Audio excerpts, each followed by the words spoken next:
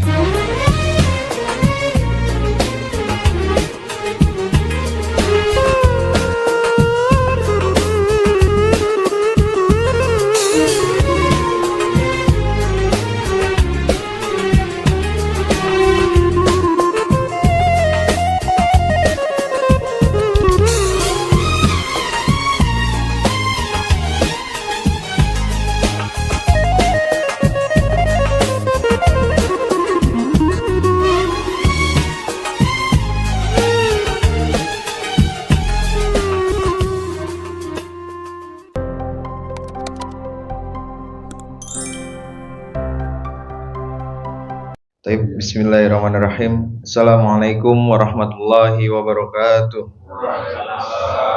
Assalamualaikum warahmatullahi wabarakatuh. Alhamdulillahirabbil alamin wassalatu wassalamu ala asyrofil anbiya'i wal mursalin sayyidina Muhammadin wa ala alihi wa sahbihi ajmain.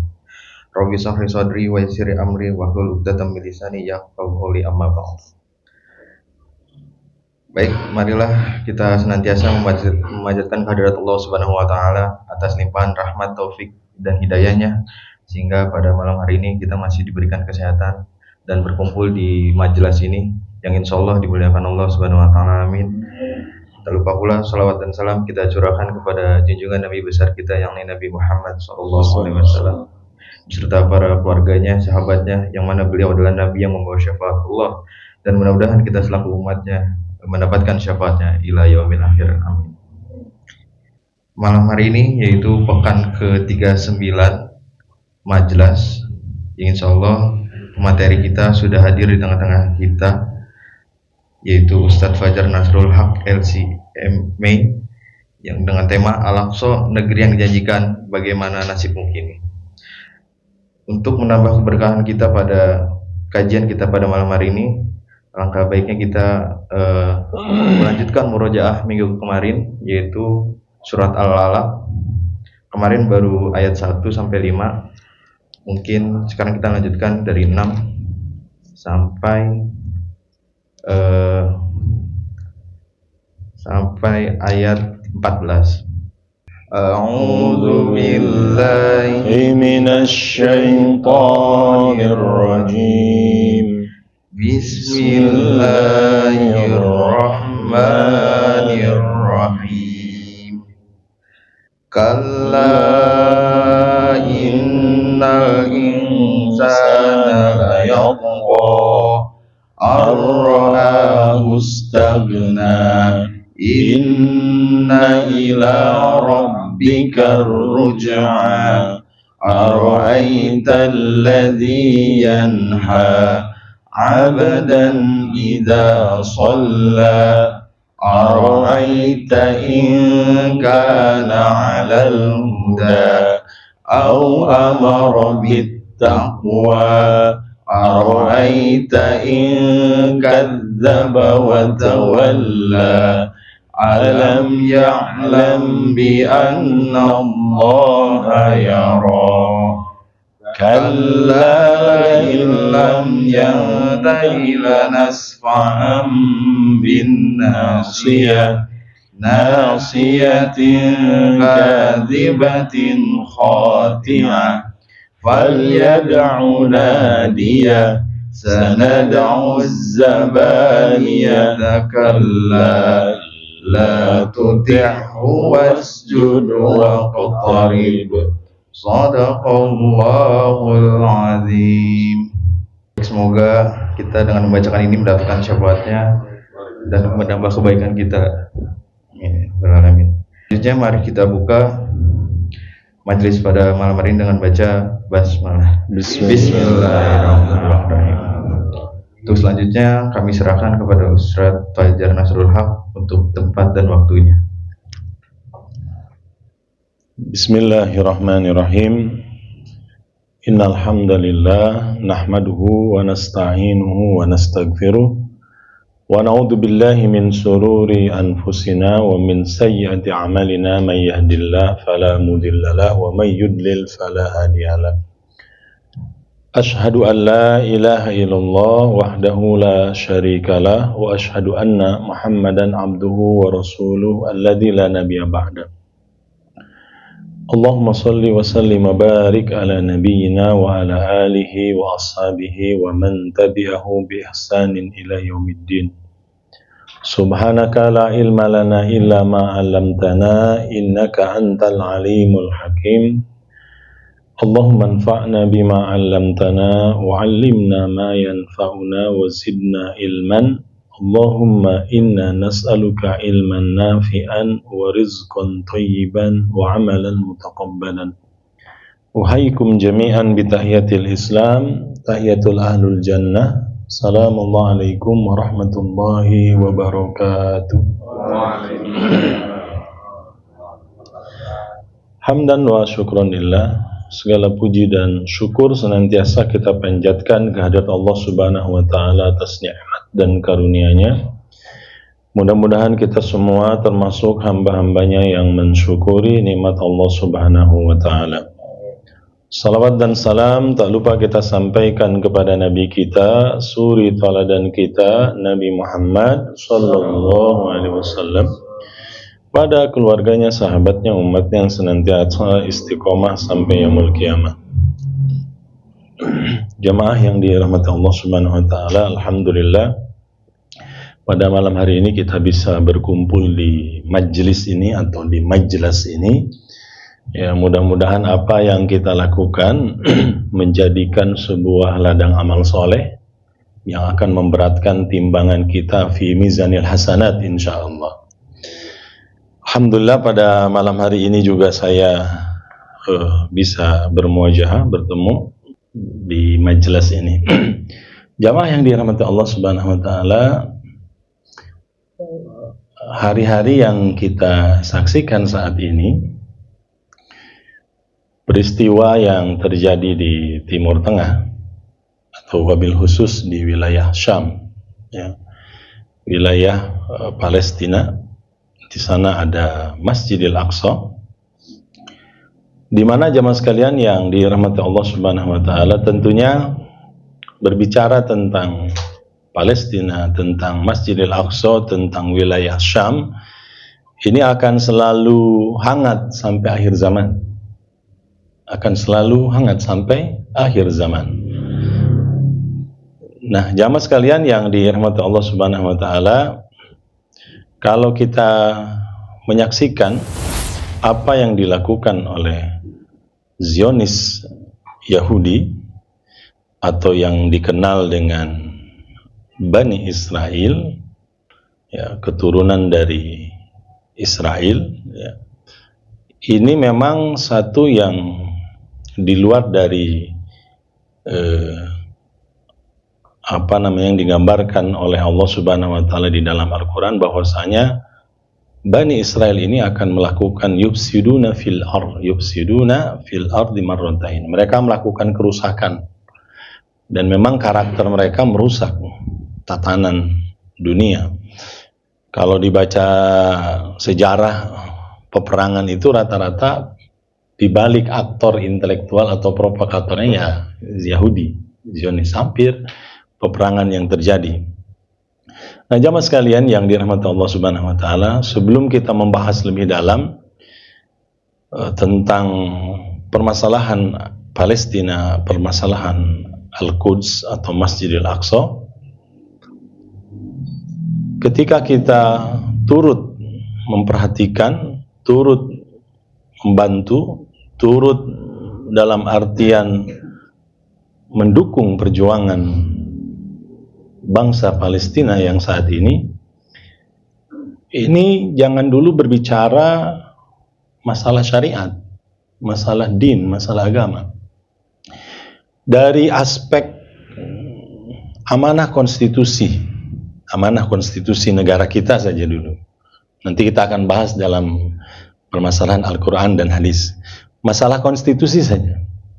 Amanah undang-undang dasar konstitusi negara kita, founding father, dari mulai Soekarno-Hatta dan lain sebagainya, ketika membacakan bahwasanya penjajahan di atas muka bumi ini harus dihapuskan. Nah, ini yang kita hafal dari sebenarnya. Itu amanah konstitusi. Jadi permasalahan di wilayah Palestina, khususnya wilayah Syam, Palestina, ini kan penjajahan, ya, karena Zionis Yahudi yang menjajah, ya, tanah Palestina. Nanti kita akan bedah perjalanan orang-orang Zionis Yahudi ini. Kemudian yang kedua, ya, jamaah sekalian, berbicara Palestina ini tidak usah bicara yang lainnya, bicara kemanusiaan saja. Berbicara kemanusiaan. Coba bayangkan di Gaza, di Palestina, sudah berapa kali Zionis Yahudi ini melakukan kerusakan. Bahkan bicara hak asasi manusia saja, semua bungkam. Amerika bungkam, Inggris bungkam, Eropa bungkam. Ketika orang-orang Yahudi memblokade atau membuat benteng sehingga para penduduk yang ada di Palestina, khususnya di Gaza, kemiskinan, kelaparan, kurang gizi, obat-obatan dan lain sebagainya, 16 tahun diblokade. Bahkan ketika mereka dengan seenaknya membombardir. Tapi sekarang yang ramai justru di beberapa media mainstream, medsos atau para buzzer pendukung Zionis itu menyalahkan para pejuang Palestina yang lebih mengawali konon katanya. Padahal tidak demikian. Kenapa orang-orang Palestina marah? Karena saat itu Zionis Yahudi, ya, ingin membagi masjid Palestina dibagi dua. Itu pertama. Kemudian yang kedua, jamaah sekalian, ada pelarangan kaum muslimin masuk ke Masjidil Aqsa kecuali orang tua yang umur 80 tahun. Ya, 80 tahun boleh. Kalau yang muda-muda itu tidak boleh masuk ke Masjidil Aqsa. Dan akhirnya jamaah sekalian, ya, para pejuang Hamas pun mengultimatum dengan peristiwa 7 Oktober kemarin. Dan pada akhirnya kalau Yahudi berperang ini, ya, dia tidak mengindahkan yang namanya hak asasi manusia. Pada akhirnya mereka membombardir Gaza, baik rumah sakit, baik masjid, tempat ibadah. Sudah ada 30 masjid. Ya, mereka menghancurkan masjid di wilayah Gaza, kemudian membunuh anak-anak, membunuh kaum wanita, orang-orang tua, dan lain sebagainya. Bahkan jamaah sekalian yang dirahmati Allah Subhanahu wa taala, mereka menggunakan satu bom yang sebenarnya dilarang oleh PBB, yaitu bom fosfor. Secara kemanusiaan ini sebenarnya sudah melanggar, ya, melanggar hak asasi manusia. Jadi berbicara tentang Palestina yang terjadi sekarang, ini tidak usah dulu berbicara agama, berbicara orang memiliki hati, memiliki kemanusiaan. Ya, perilaku orang-orang Zionis Yahudi ini perilakunya biadab gitu. Mereka membom rumah sakit, kan dilarang bahkan kalau dalam Islam jamaah sekalian, Rasulullah SAW dalam kondisi perang sekalipun itu wasiatnya luar biasa kepada para sahabat. Ittaqillah, bertakwa kepada Allah Subhanahu wa taala. Tidak boleh membunuh anak-anak, tidak boleh membunuh para perempuan, tidak boleh membunuh orang yang lemah, tidak boleh membunuh para rahib kecuali mereka membantu. Tidak boleh menghancurkan rumah-rumah ibadah, tidak boleh menebang pohon-pohon, tidak boleh membunuh binatang-binatang ternak. Itu dilarang. Kan luar biasa akhlak berperang para sahabat yang diajarkan oleh Rasulullah SAW, berbeda jauh dengan orang-orang Yahudi. Nah, kemudian yang ketiga jamaah sekalian, kalau kita membahas Palestina, ya sebenarnya bangsa ini, rakyat Indonesia ini hutang jasa sebenarnya. Dulu ketika kita merdeka, ya ketika Bung Karno-Hatta memproklamirkan kemerdekaan Republik Indonesia, saya tanya siapa yang pertama kali mendukung, siapa yang pertama kali mensokong kemerdekaan? Barat, Amerika, Inggris, tidak. Tapi negara-negara Muslim, Mesir, bahkan mufti Palestina, dan itu sejarahnya ada terbukti. Sehingga mereka mendukung kemerdekaan bangsa Indonesia. Jadi sebenarnya kita berhutang. Ketika dulu kita ingin merdeka, justru rakyat Mesir, rakyat Palestina yang mereka mendukung kemerdekaan Republik Indonesia. Nah, ini berbicara tentang konstitusi, amanah konstitusi, kemudian tentang kemanusiaan, dan tentang bahwasanya masyarakat Palestina sebenarnya mendukung masyarakat Mesir, rakyat Mesir mendukung kemerdekaan Republik Indonesia. Kemudian yang berikutnya jamaah sekalian, kalau kita bahas di dalam Al-Quran, di dalam hadis tentang Masjidil Aqsa misalkan, ketika Rasulullah SAW ditanya, masjid yang pertama dibangun di atas muka bumi ini masjid apa? Maka Rasulullah menjawab bahwasanya masjid yang pertama dibangun Masjidil Haram. Sebagaimana di dalam Al-Quran surat Al-Imran ayat 96, Allah Subhanahu wa taala mengatakan, a'udzubillahi minasyaitonirrajim, inna awwala baitin wudi'a lin-nasi lalladzi bi Bakkah mubarakah. Inna, sesungguhnya, awwala bait, ya rumah atau masjid yang pertama, ya wudi'a lin-nas, yang dibangun untuk manusia ini, lalladzi bi Bakkah, yaitu Bakkah mubarakan wa hudan lil alamin. Bakkah ini Makkah kalau sekarang. Makkah itu diambil dari kata Bakkah. Tahu Bakkah, arti Bakkah dalam bahasa Arab? Kita harus paham bahasa Arab. Asal kata dari Makkah itu, kata para ulama, Bakkah. Bakkah itu jamaah sekalian, itu lembah. Asal kata dari bahasa Arab, unta, dia kalau rebahan tidur, kemudian setelah itu berdiri, itu ada bekasnya. Itulah disebut Bakkah. Lamun orang Sunda mah, lamun kebo, aya kubangan anak, tak itu disebut urut mandi kebo gitu. Lamun aya jalan rusak, wah ya mah urut mandi kebo gitu. Kubangan, Bakkah, lembah. Makanya kalau yang pernah pergi haji, pergi umroh, posisi Ka'bah di mana? Posisi Ka'bah. Kalau kita turun ke hotel, masuk ke Masjidil Haram, belum melihat Ka'bah, karena posisi Ka'bah itu di bawah. Kita turun naik eskalator, turun dulu kan, satu kali eskalator, turun lagi tangga, baru kita bisa melihat Ka'bah, karena dia di bawah. Jadi sebuah lembah. Sebagaimana jamaah sekalian yang dirahmati Allah Subhanahu wa taala, ya, disebutkan dalam beberapa riwayat bahwasanya masjid yang pertama dibangun di atas muka bumi ini Masjidil Haram. Beberapa riwayat menjelaskan dibangun oleh Waalaikumsalam, oleh Nabi Adam alaihissalam, bahkan pondasinya oleh malaikat Jibril alaihissalam. Lalu nanti di zaman Nabi Nuh alaihissalam ini terbawa banjir bandang sehingga hanya sisanya pondasinya saja. Lalu kemudian nanti Allah Subhanahu wa taala memerintahkan Nabi Ibrahim alaihissalam untuk membangun Ka'bah. Ya. Sehingga Nabi Ibrahim nanti hijrah bersama Nabi Ismail dan istrinya Siti Hajar dan Nabi Ismail, sehingga ketika Nabi Ibrahim hijrah ke sana tidak ada kehidupan sebenarnya. Di Mekah itu jangan lihat sekarang ada hotel Zamzam Tower. Masya Allah, kullu haga maujud, semuanya ada. Kalau sekarang, kalau dulu ma fi syai, ya. Dulu nggak ada sesuatu di sana. Sehingga ketika Nabi Ibrahim membawa Siti Hajar dan Nabi Ismail dibawa ke sana, disimpan. Kemudian Nabi Ibrahim berjalan, kata Siti Hajar, ya Ibrahim, kenapa kau tinggalkan kami di sebuah lembah yang tidak ada kehidupan? Sambil terus berjalan, kemudian kata Siti Hajar, wahai Ibrahim, apakah ini perintah dari Allah? Baru Nabi Ibrahim menoleh dan mengatakan, benar, ini perintah dari Allah Subhanahu wa taala. Setelah itu kata Siti Hajar, pergilah.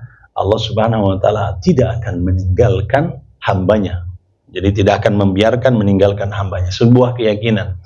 Sehingga Nabi Ibrahim alaihissalam dalam surat Ibrahim pun mengatakan, Rabbana inni askantu min dzurriyyatin biwadin ghairi zi zar'in.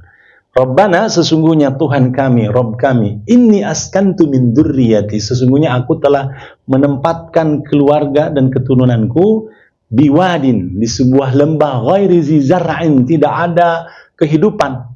Tidak ada pepohonan, tidak ada kehidupan, karena belum ada air waktu itu.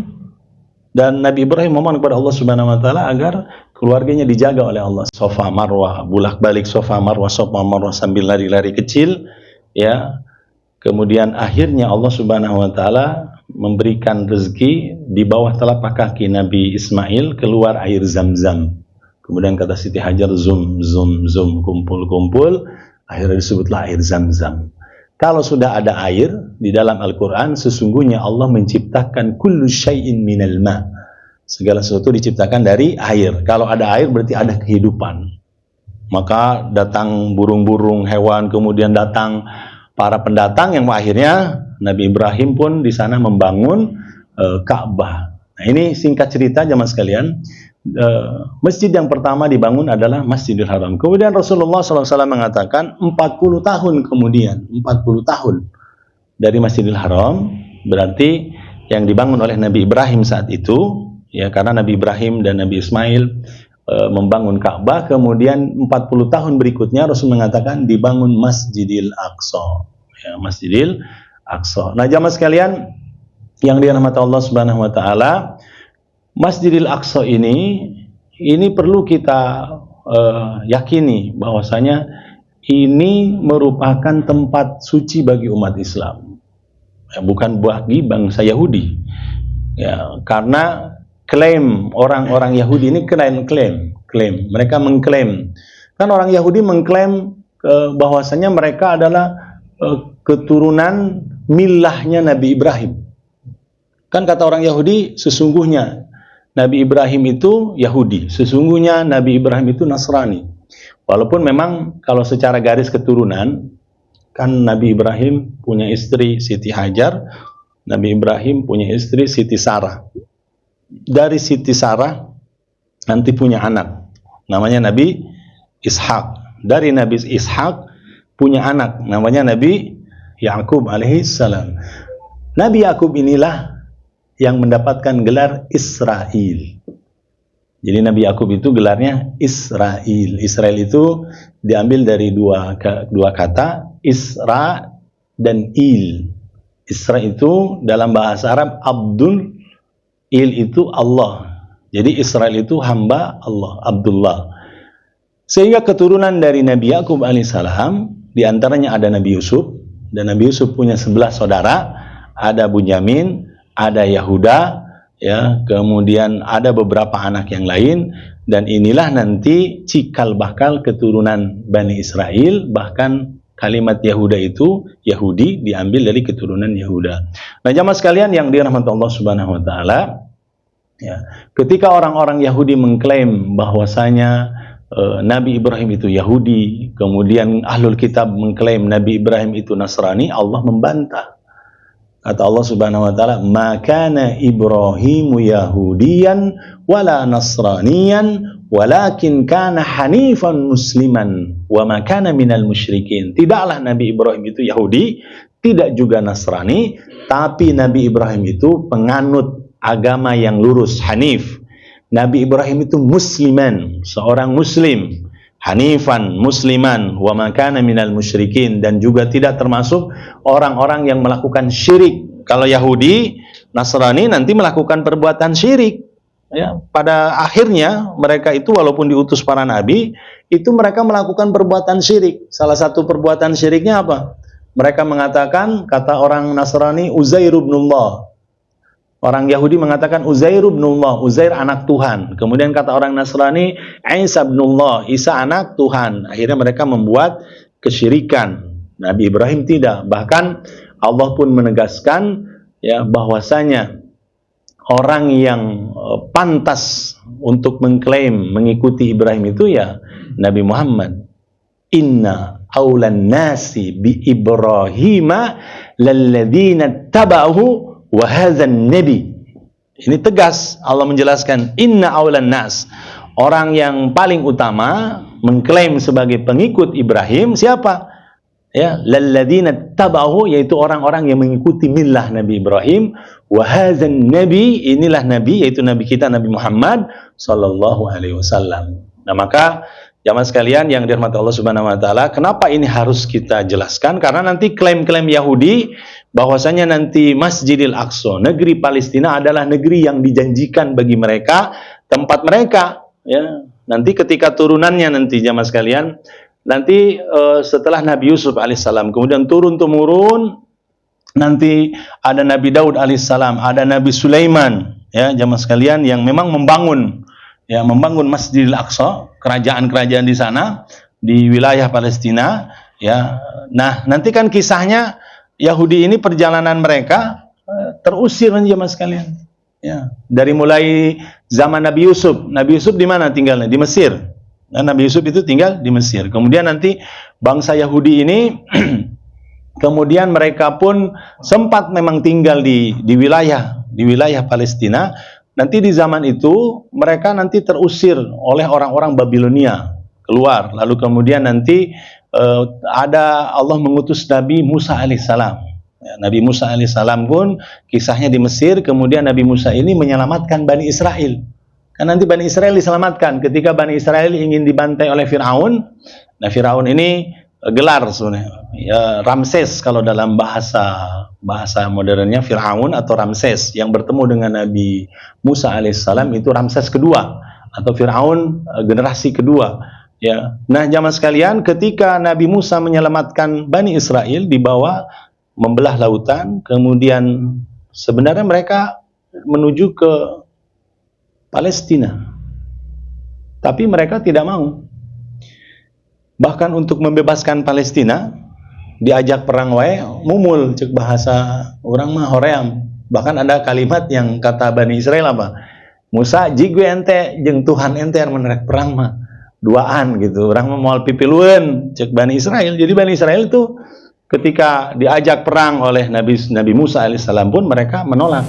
Ya, pada akhirnya ketika mereka menolak, ya sekalian mereka tersesat. Di dalam Al-Quran itu tersesat selama berapa tahun? Arba'ina sana, 40 tahun. Terkatung-katung, tepuguh arah. Ya, terkatung-katung, bahkan nanti di zaman Nabi Isa dan zaman-zaman berikutnya, akhirnya mereka tidak memiliki tanah, terkatung-katung, gara-gara mereka menolak perang dengan bersama Nabi Musa. Akhirnya kan banyak menyebar kemana-mana Yahudi itu. Bahkan nanti ada ke Madinah. Ya, nanti ada di Madinah. Sebelum Rasul diutus, udah ada Yahudi nanti di Madinah. Ada tiga kabilah, 3 kelompok Yahudi. Ada Bani Nadir, ada Bani Qainuqa, ada Bani Quraidah. Nanti ada bersama Rasulullah, nanti mereka di Madinah ada piagam Madinah. ikatan perjanjian dengan orang-orang Yahudi yang pada akhirnya mereka berkhianat di pasar Koinuko, berkhianat. Salah satu pengkhianatannya terjadi perang dengan orang Yahudi saat itu ketika mereka melecehkan seorang muslimah sahabat Rasulullah, diporosotkan kerudungnya sampai terlihat auratnya, dan akhirnya seorang sahabat di pasar itu marah, ribut dengan Yahudi, akhirnya terbunuh. Dan Rasulullah marah, terjadi peperangan. Ini perang pertama dengan orang Yahudi. Kemudian nanti perang Bani Nadir, pengkhianatan, termasuk nanti pengkhianatan Bani Quraidah. Ya, nanti terakhir itu perang Khaybar. Ya, setelah perang Ahzab atau setelah perang Khandaq, nanti terjadi perang Khaybar, peperangan dengan orang Yahudi. Nah, jamaah sekalian, singkat cerita, ya, kalau kita berbicara Palestina, berarti Palestina ini masjid yang kedua setelah Masjidil Haram yang dibangun oleh para nabi. Lalu kemudian Palestina ini tempatnya Isra wal Mi'raj. Palestina ini atau Masjidil Aqsa ini tempat Isra Mi'raj Rasulullah SAW. Bahkan Allah abadikan dalam peristiwa Isra Mi'raj, ketika itu Rasulullah dalam tahun Amul Hazan, tahun kesedihan, karena Rasulullah mengalami kesedihan yang luar biasa, meninggal istrinya, lalu kemudian beberapa bulan meninggal pamannya, lalu kemudian di Mekah sudah tidak ada lagi yang melindungi, menyokong beliau. Akhirnya Rasulullah mencoba dakwah ke Taif, akhirnya di Taif dilempari, itu disebut dengan tahun kesedihan. Lalu kemudian Allah Subhanahu wa taala akhirnya menghibur Rasulullah dengan peristiwa Isra wal Mi'raj. Dan kita meyakini peristiwa Isra Mi'raj ini haqqan, sesuatu yang benar. Walaupun sekarang ada beberapa yang menolak, orang-orang Mu'tazilah, ya, paham Mu'tazilah ini nolak peristiwa Isra Mi'raj karena dianggapnya mustahil. Yang Isra Mi'raj itu hanya ruhnya saja. Nah, termasuk ada beberapa ustadz, kalau sekarang dikenal Buya. Ini kemarin sudah lama sih saya menyaksikan ceramahnya. Kata Buya ini, Isra Mi'raj itu siapa saksinya katanya? Saha anu nganter Nabi. Kan nggak ada yang ngantar, nggak ada saksi. Ya, ibaratnya yang mengantarkan, yang menjemput dan sebagainya tidak ada. Seolah-olah peristiwa itu tidak terbukti. Ya, ini paham kaum Mu'tazilah. Kalau kita meyakini peristiwa itu ada, saking mukjizatnya, jamaah sekalian, sesuatu yang di luar nalar, sehingga Allah mengabadikan dalam surat Al-Isra ayat pertama, sesuatu yang dahsyat luar biasa, maka diawali dengan kalimat Subhanallah. Maha suci Allah Subhanahu wa taala, yang Rabb, Tuhan yang tidak ada cacat, tidak ada kekurangan, yang maha dari segalanya.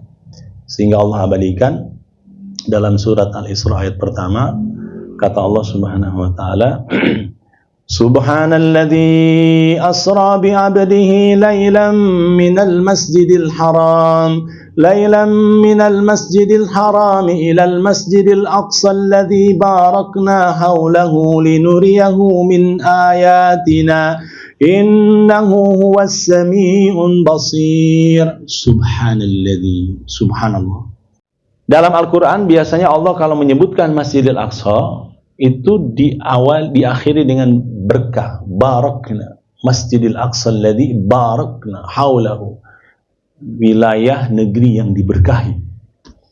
Ya, sehingga jamaah sekalian, Palestina yang di dalamnya ada Masjidil Aqsa ini adalah tempatnya Isra wal Mi'raj. Isra dari perjalanan malam dari Masjidil Haram, dari Mekah ke Masjidil Aqsa. Lalu kemudian nanti Rasulullah Mi'raj. Mi'raj itu melakukan perjalanan menembus langit, 7 lapis langit. Ya. Dan ini juga mukjizat yang Allah Subhanahu wa taala berikan. Ya, kalau manusia biasa mustahil bisa melakukan itu. Karena perjalanan dulu dari Masjidil Haram ke Masjidil Aqsa, ke Syam, itu kalau pakai unta, pakai kuda, perjalanannya bolak-balik hampir 40 hari 40 malam. Bolak-balik. Cukup jauh. Makanya banyak orang-orang tidak percaya, masa Muhammad berangkat, mustahil 1 malam itu. Tapi jamaah sekalian, nanti Rasulullah punya hujah kebenaran-kebenarannya, diantaranya ada kafilah dagang yang di malam itu kata Rasulullah, nanti tanya saja kafilah dagang yang untanya hilang dan malam itu mereka mencari unta dan itu terbukti.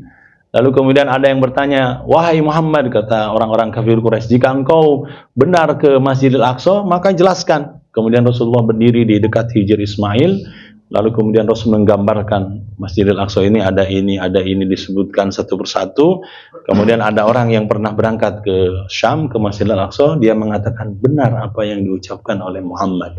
Jadi ada sebuah pembuktian dan pembenaran dan kita meyakini bagi Ahlus Sunnah wal Jamaah peristiwa ini haqqan terjadi. Nah, jamaah sekalian, Masjidil Aqsa ini merupakan peristiwa Isra dan Mi'raj. Bahkan nanti Rasulullah dalam beberapa riwayat sahih itu nanti sholat di Masjidil Aqsa bersama seluruh para nabi. Cuman kan ada yang nanya, kok benar seluruh para nabi bisa jadi makmum? Memang riwayatnya betul, jamaah sekalian, riwayat yang beberapa hadis yang menjelaskan, karena kita kan tidak tahu alam di luar alam roh. Ya. Manusia itu akan tahu alam roh ketika dia sakaratul maut, maka akan terbuka.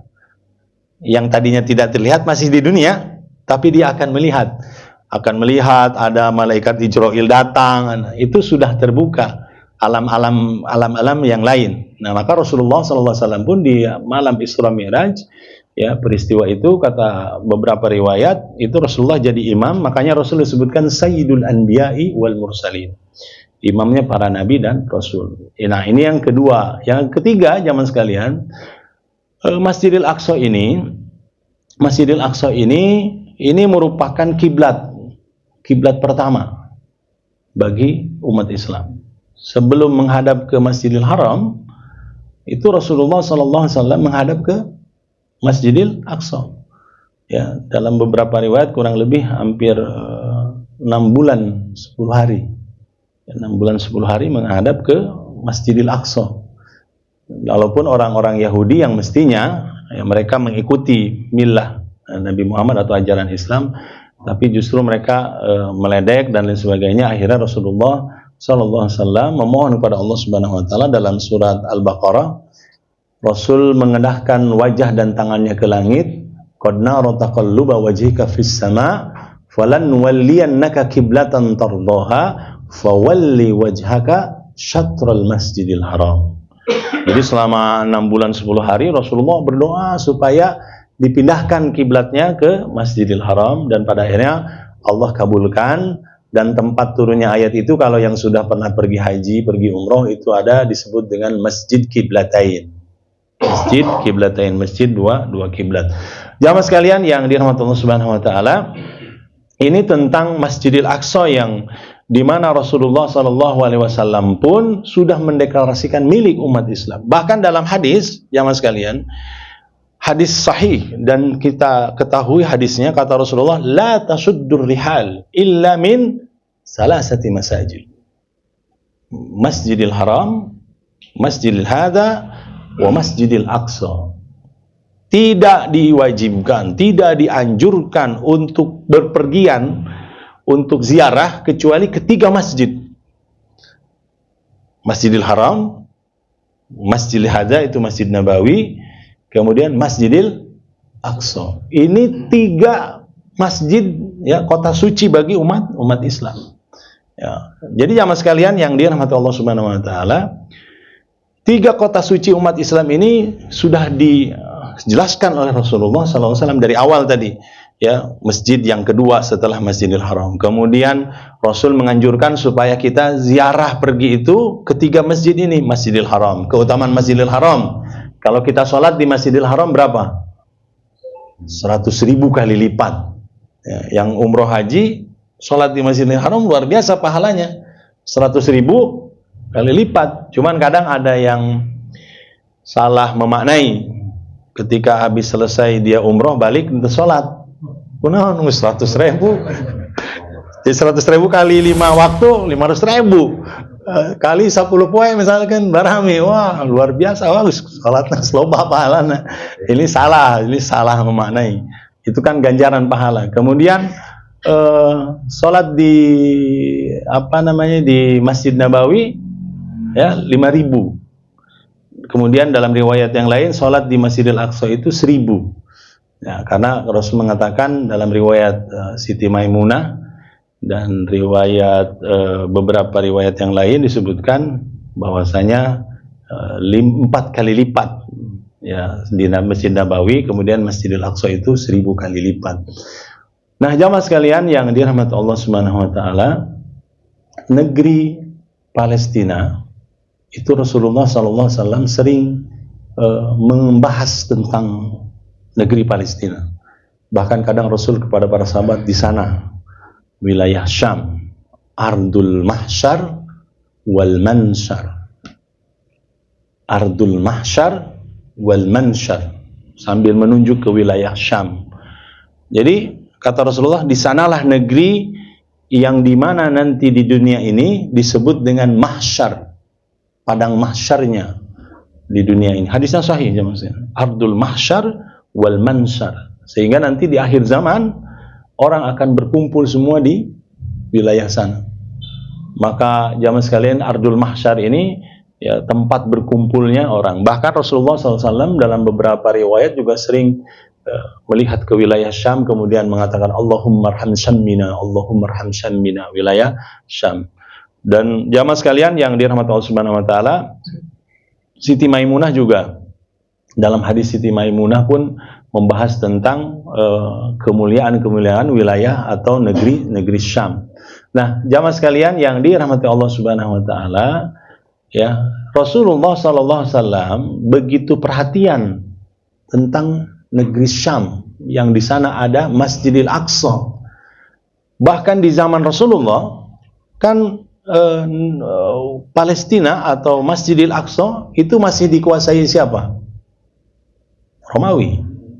Masih dikuasai oleh bangsa Romawi, karena saat itu ada dua kekuatan besar, ada Persia, ada Romawi. Maka ketika peristiwa Isra Mi'raj, sebenarnya Masjidil Aqsa itu dikuasai oleh kekuasaan Romawi. Nah, jamaah sekalian yang dirahmati Allah Subhanahu wa taala, dalam peristiwa setelah Rasulullah SAW di tahun ke-8 Hijriah, ya kurang lebih di tahun ke-8 Hijriah, itu terjadi perang pembebasan Palestina yang pertama. Disebut dengan perang apa? Perang Mu'tah. Pernah dengar perang Mu'tah, bukan Mut'ah ya. Kalau Mut'ah mah nikah Mut'ah. Kalau ini perang Mu'tah. Kenapa disebut perang Mu'tah? Nanti di sanalah pertemuan dua pasukan besar. Ada beberapa riwayat memang, ada yang menjelaskan jumlah kaum muslimin itu 3.000, ada riwayat yang lain lebih dari 3.000. Yang dihadapi oleh kaum muslimin, pasukan Romawi, berapa jumlahnya di Mu'tah itu? 200.000. Coba antum bayangkan, jumlah para sahabat yang sedikit, yang hanya 3.000-an, menghadapi 200.000. Nah, ini juga jadi dalil ini buat mohon maaf, ada teman, bukan teman saya sih, saya kenal dia dulu waktu di Mesir, namanya si Riyad Bajri. Apa katanya jihad Palestina? Tidak ada kewajiban jihad. Mestinya hijrah, mestinya tidak usah melawan, masih kecil, masih lemah, masih sedikit. Lah, dulu aja Rasulullah SAW ketika melawan kaum Romawi, berapa jumlahnya? 200.000. Bayangkan sama gitu, 200.000 melawan cuma 3.000. Kan lemah sebenarnya kalau secara hitungan nalar kalkulasi manusia jauh. Ya, tapi Rasulullah berusaha ya untuk membebaskan Palestina dalam peristiwa siapa anak angkat Rasulullah? Zaid bin Harisah. Itu anak angkat. Jadi anak angkat Rasul. Dulu Rasul punya anak angkat tabanni namanya Zaid. Dulu Zaid ini disandarkan kepada Rasulullah, Zaid bin Muhammad. Turun ayat surat Al-Ahzab, "Makana Muhammadun aba." Bukanlah Nabi Muhammad ini bapak dari bapak kalian, walakin Rasulullah. Akhirnya diganti, bukan Zaid bin Muhammad. Jadi Zaid disandarkan kepada Harisa. Zaid bin Harisa ini anak angkat Rasulullah, panglima perang pertama. Kemudian kata Rasulullah, nanti kalau Zaid meninggal, panglima perang berikutnya siapa? Ja'far bin Abi Thalib. Kemudian kalau Ja'far bin Abi Thalib meninggal, panglima perang berikutnya diambil alih oleh Abdullah bin Rawaha. Abdullah bin Rawaha. Ini 3 jenderal, bayangkan. Dan perang itu dahsyat.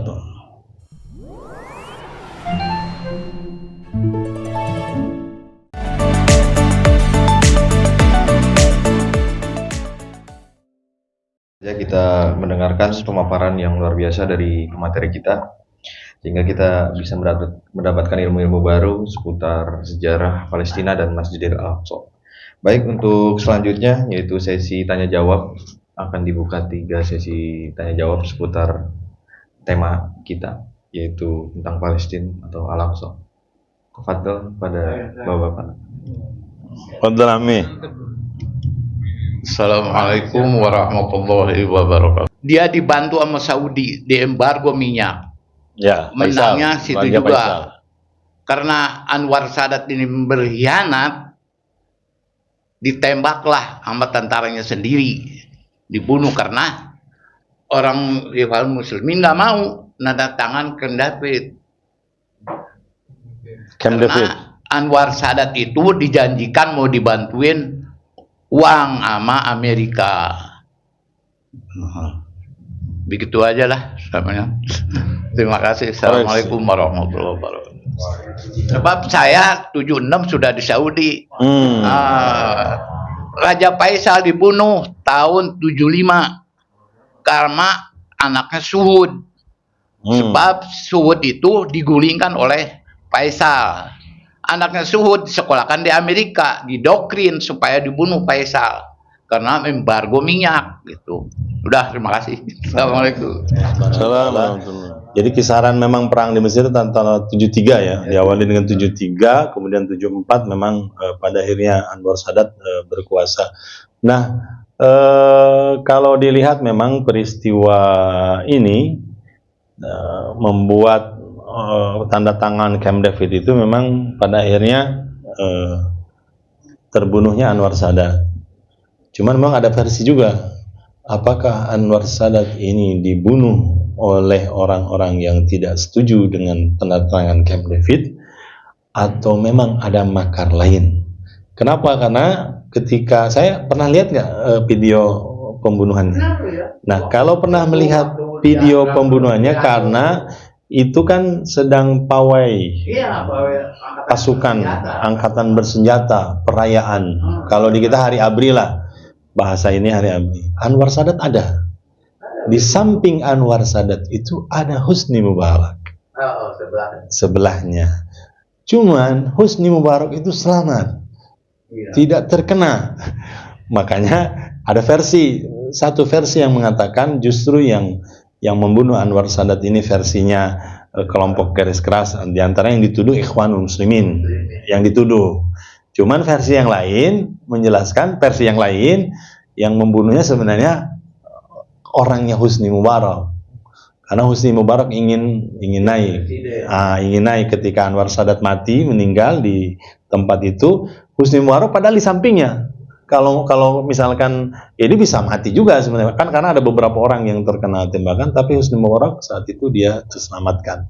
Ya, selamat, dan akhirnya setelah Anwar Sadat meninggal ya Husni Mubarak lah akhirnya mimpin, dan pada akhirnya Husni Mubarak sampai kurang lebih 33 tahun lebih dia, hampir sama dengan Soeharto 32 tahun, dan akhirnya turun di tahun kemarin waktu saya masih di Mesir, peristiwa Saurah di 2010. Turunnya Husni Mubarak di 2010, itu Saurah, revolusi di Mesir. Nah, memang selain juga tadi peperangan, memang Saudi tadi dengan Raja Faisalnya mengembargo, ada mengembargo minyak yang pada akhirnya juga dibunuh oleh saudaranya sendiri. Nah, ini peristiwa pembunuhan ini juga nanti di akhir zaman juga hampir sama nanti. Ya, peristiwa akan terjadi juga nanti di wilayah Saudi. Dalam beberapa kisah riwayat itu akan terjadi di Saudi perebutan kekuasaan, pertumpahan darah, bahkan disebutkan 3 kabilah, 3 kelompok. Wallahu alam yang mana ya, kalau dilihat memang ada ambisi dari MBS sekarang ini, ada ambisi untuk melanjutkan Raja Salman yang sudah umur 80 lebih, karena sudah tua Raja Salman. Kalau Raja Salman meninggal sebenarnya masih ada mahkotanya, nggak jatuh ke MBS, talal dalam artian nggak ke MBS, ke talal, tapi kan dalam artian MBS dia mau saat ini, sehingga banyak nanti yang ditangkap oleh MBS beberapa. Ya maksudnya banyak nanti. Nah, apakah nanti kalau Raja Salman meninggal terjadi konflik perebutan kekuasaan di wilayah, wallahu alam bisawab, kita masih menunggu. Nanti memang ada peristiwa itu, nanti dalam beberapa riwayat yang pernah saya baca nanti akan muncullah Imam Mahdi yang pada akhirnya dibaiat di dekat Ka'bah di wilayah itu. Dan Rasul menjelaskan nanti banyak beberapa pasukan, ada pasukan dari Irak, ada pasukan dari wilayah lain, maka ikutilah pasukan Syam. Jadi wilayah Syam itulah yang lebih aman, lebih ini, dan pertempuran akhir zaman itu yang sebagaimana Rasul jelaskan Ardul Mahsyar wal Mansar, yaitu di bumi Al-Quds, di bumi Palestina. Terima kasih Ami yang sudah mengoreksinya. Jadi saya pikir memang antara 73-74. Jadi 73 memang tepatnya di bulan Ramadan, di akhir Ramadan. Wallahu a'lam bishawab.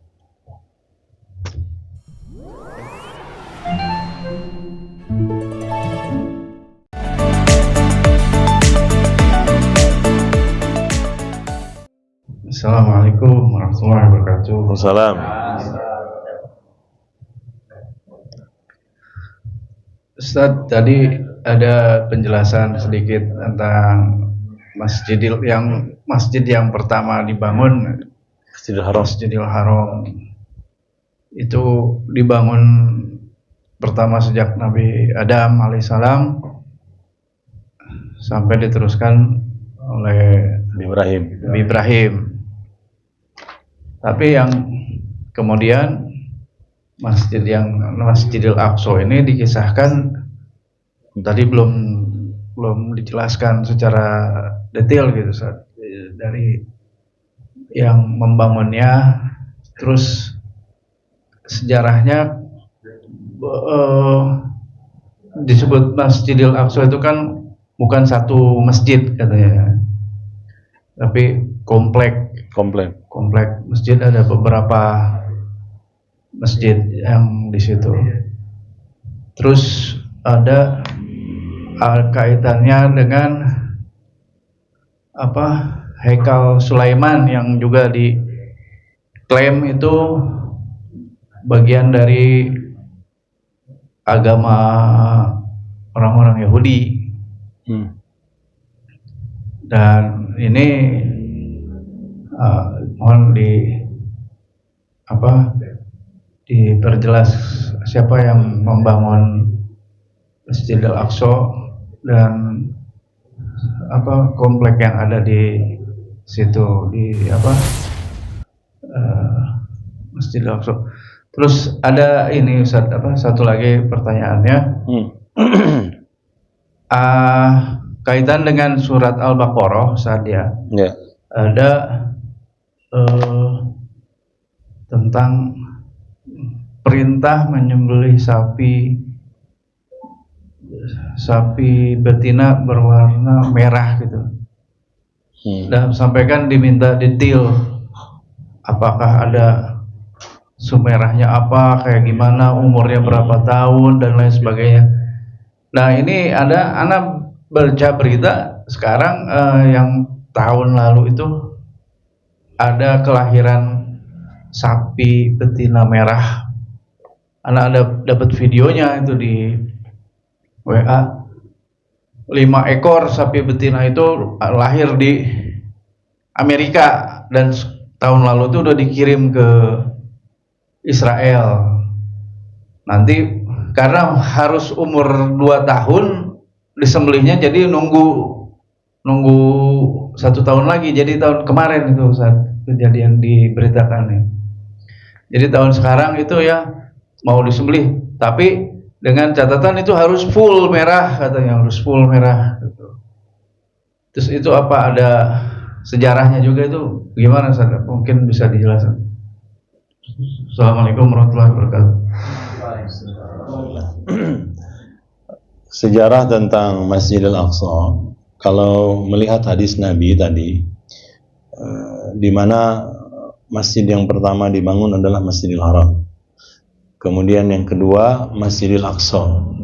Di antara riwayat yang menjelaskan jaraknya antara Masjidil Aqsa dengan Masjidil Haram, jarak dibangun, kalau dibangun berdasarkan dari zaman Nabi Ibrahim alaihissalam, kan nanti sebenarnya dari zaman Nabi Adam dengan malaikat Jibril, kemudian nanti hilang di banjir bandang di zaman Nabi Nuh, hanya tersisa pondasinya saja. Sudah ada pondasinya nanti oleh Nabi Ismail dan Nabi Ibrahim. Wa idh yarfa Ibrahim qawaidan minal bait wa Ismail. Jadi yang membangun Ka'bah dibangun kembali sampai selesai oleh Nabi Ibrahim dan Nabi Ismail saat itu.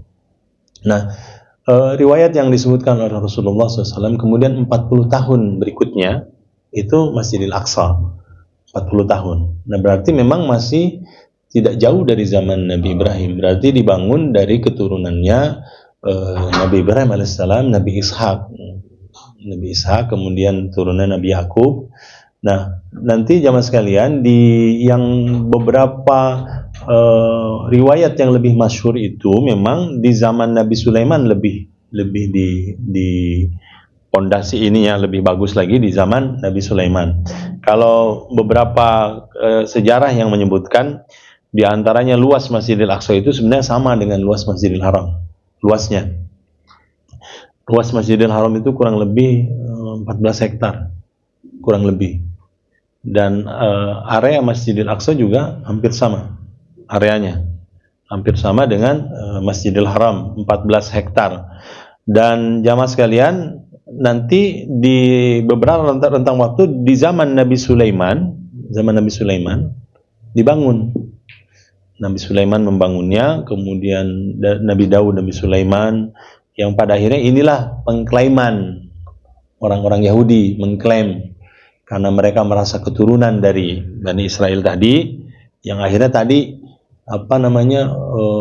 ada istilahnya Haikal Sulaiman yang menurut orang-orang Yahudi itu dibangun di bawah Masjidil Aqsa, sehingga mereka harus menatakan Masjidil Aqsa, dan Masjidil Aqsa diganti dengan tempat ibadah mereka dengan Senagon Haikal Sulaimannya.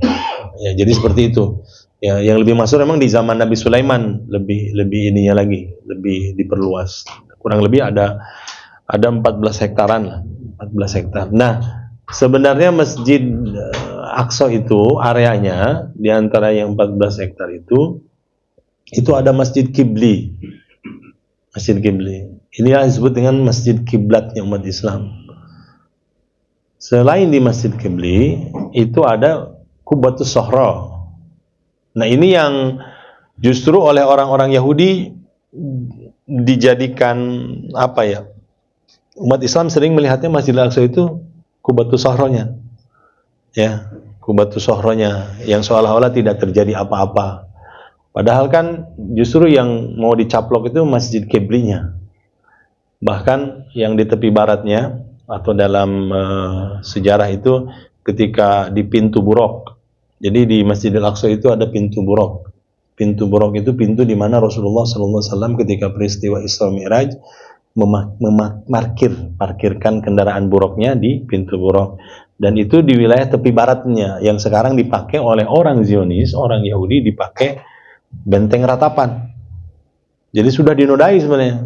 Mereka ingin dari pintu Buraq ke seluruh Masjidil Qiblinya ini maunya dikuasai oleh mereka. Gitu. Jadi sisanya umat Islam yang Qubatus Sohra kesananya ingin dibagi dua sekarang itu. Dari 14 hektar kalau dibagi dua ya 7 hektar ewang lah. Tapi maneh nama hayangna nyokot nu kiblina. Gitu. Masjid Kiblina. Jadi seperti itu.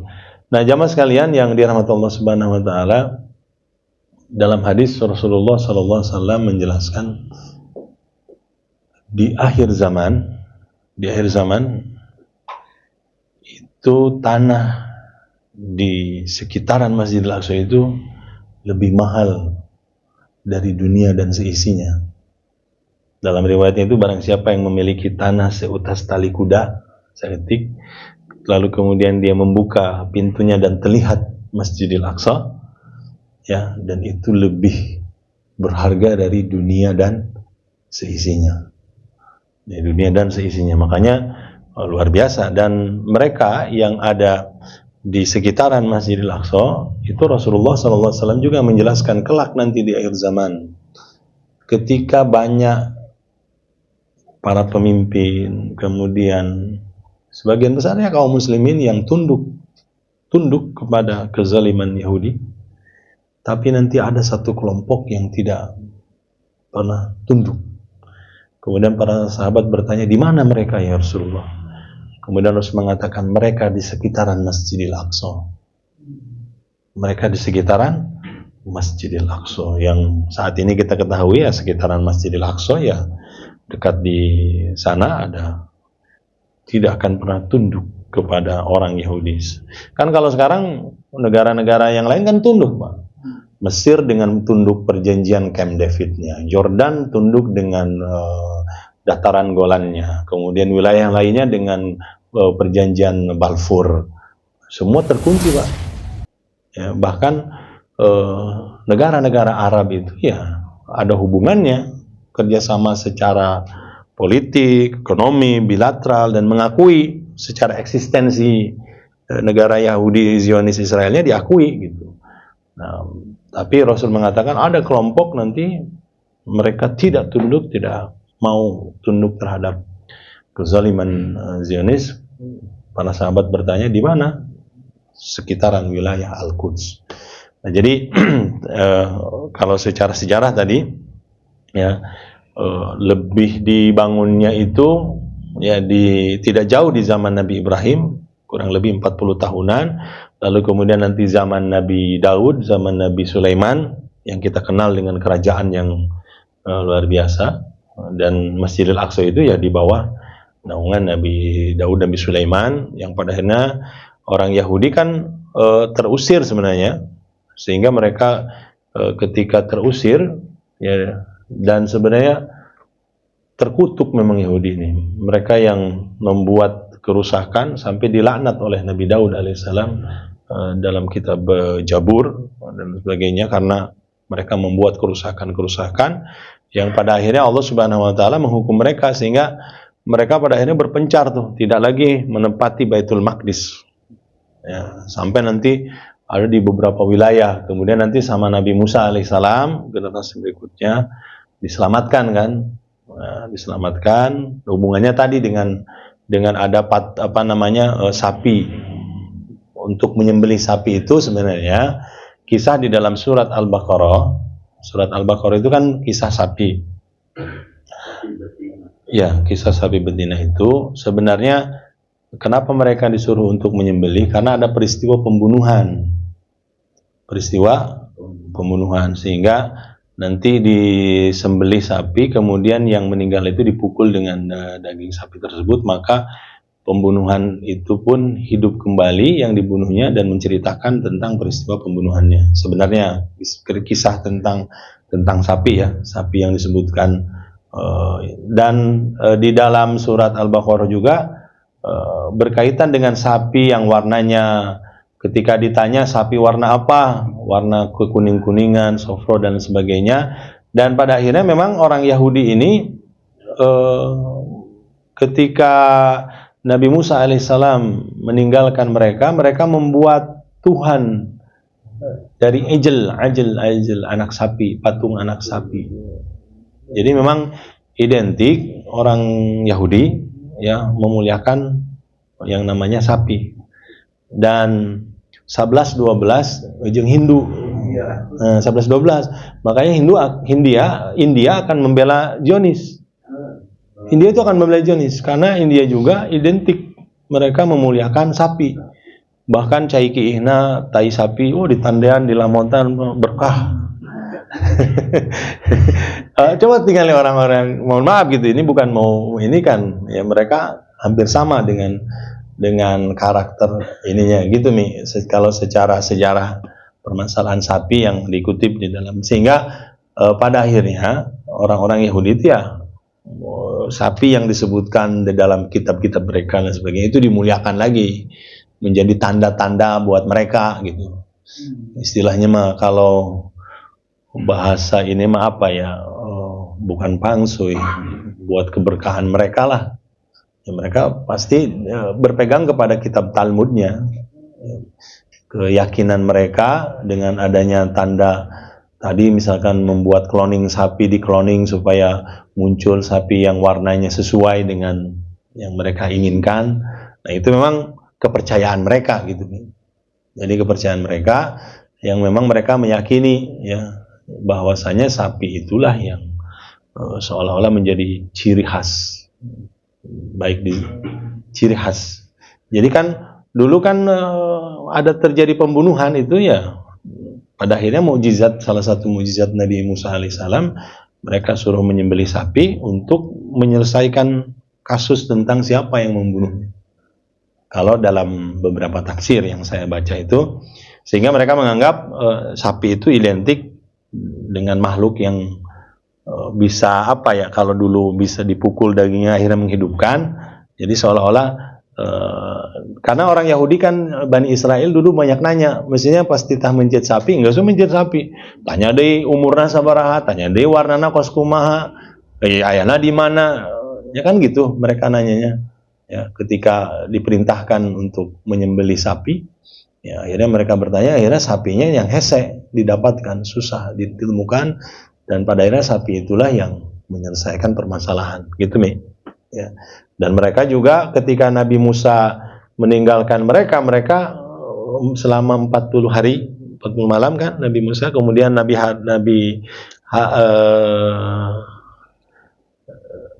waktu itu jamaah sekalian mereka membuat patung ejel, anak sapi dari emas, jadikan sesembahan. Sampai Nabi Musa selesai ini marah ke Nabi Harun, kan gitu. Sampai ditarik, ieu saudarana, kunaon ieu bisa, kenapa bisa mereka menyembah sesembahan, menjadikan samiri itu yang membuat secara ini, kan gitu. Ini dalam, sehingga mereka akhirnya memuliakan sapi. Jenis sapinya ya pada akhirnya ditulislah jenis-jenis tadi gitu nih, yang mereka anggap, bahkan kan sebenarnya di cloning, kalau nggak ini mah mereka mengcloning, membuat genetika gini, apa sebutnya teh, pakai genetik supaya warnanya ininya berubah-ubah teh. Wallahu a'lam bishawab.